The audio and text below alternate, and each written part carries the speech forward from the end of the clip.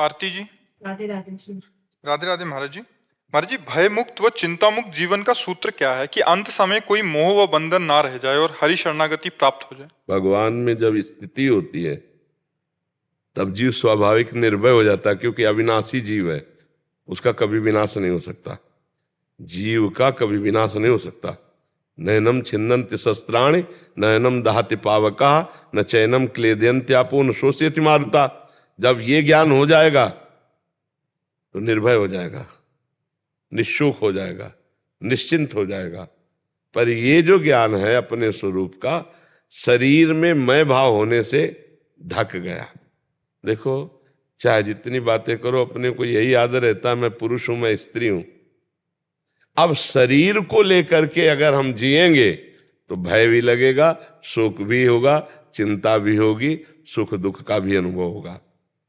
हमें अगर निर्भय होना है तो शरीर राग छूटना चाहिए। बिना शरीर राग छूटे हम निर्भय नहीं हो सकते। तो शरीर राग छूटने के लिए भगवान का भजन, भगवान की शरणागति, भगवान की लीला चरित्रों का श्रवण और सबकी सेवा। जिसकी भी मान लो घर परिवार में जो भी सदस्य हैं भगवत भाव से धर्मयुक्त, सबकी सेवा, तो हमारा मन निर्भय होने लगेगा। जैसे मृत्यु का आखिरी भय सबको सताता है, पर जब पता चल गया कि मैं एक शरीर नहीं हूं वास्तविक, फिर भय नहीं रहेगा। भक्तों का जीवन ऐसे अंतिम समय पूर्ण होता है जैसे मतवाले हाथी के गले से फूलों की छोटी माला टूट जाए तो उसे पता भी नहीं चलता। ऐसे भक्तों का जो जन्मत मरत दुसा दुख होई, वो भक्त को नहीं होता। वो भगवान सामने ध्यान में है, नाम चिंतन करते, शरीर छूट हो गया। निर्भय पद बिना भगवान का भजन किए नहीं मिल सकता। शरीर राग छूटे बिना आप भय रहित नहीं हो सकते।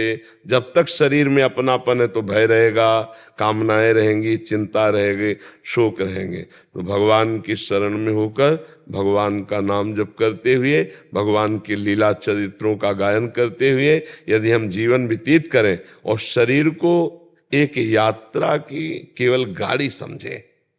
देखो, पहले ये शरीर आपका नहीं था, ये शरीर बाद में भी आपका नहीं रहेगा।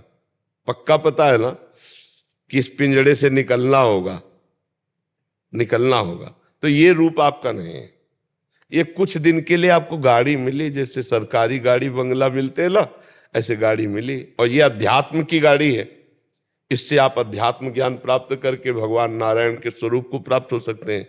आप इसे गंदा आचरण करके भूत प्रेत बन सकते हैं, नाली के कीड़ा बन सकते हैं, आप नरक जा सकते हैं, जो चाहें। ये बहुत बढ़िया है। मनुष्य शरीर ऐसा है, इससे जो चाहो आप प्राप्त कर सकते हो। और कोई चाह ना करो तो जीवन मुक्त हो जाओ, कोई चाह ना हो तो जीवन मुक्त हो जाए। तो हमें अगर भय से बचना है तो भगवान की शरण में जाना है, नाम जप करना है और धीरे धीरे ये विचार करना है कि शरीर हमारी यात्रा के लिए गाड़ी है, ना कि मैं शरीर हूं। पर बड़ा कठिन, देख लो, हर बात शरीर ही में है। दर्पण देखो तो थोड़ी लगता है ये गाड़ी है, ये लगता है मैं हूं, लगता है ना। इसीलिए हम भगवान की शरणागति में अभी सफल नहीं हो पा रहे। देहाभिमान, देह राग, जब हम अपने को स्त्री समझेंगे तो फिर हमारे अंदर आवश्यकताएं हैं, नाना प्रकार की लालसाएं हैं। हम अपने को पुरुष समझेंगे तो लालसाएं हैं, और इन्हीं कामना और लालसा में फंस गए तो भगवान की प्राप्ति नहीं होती। भगवान की प्राप्ति होती है जो सारी कामनाओं को मिटा दे। सकल कामना हीन जे राम भगति रसलीन।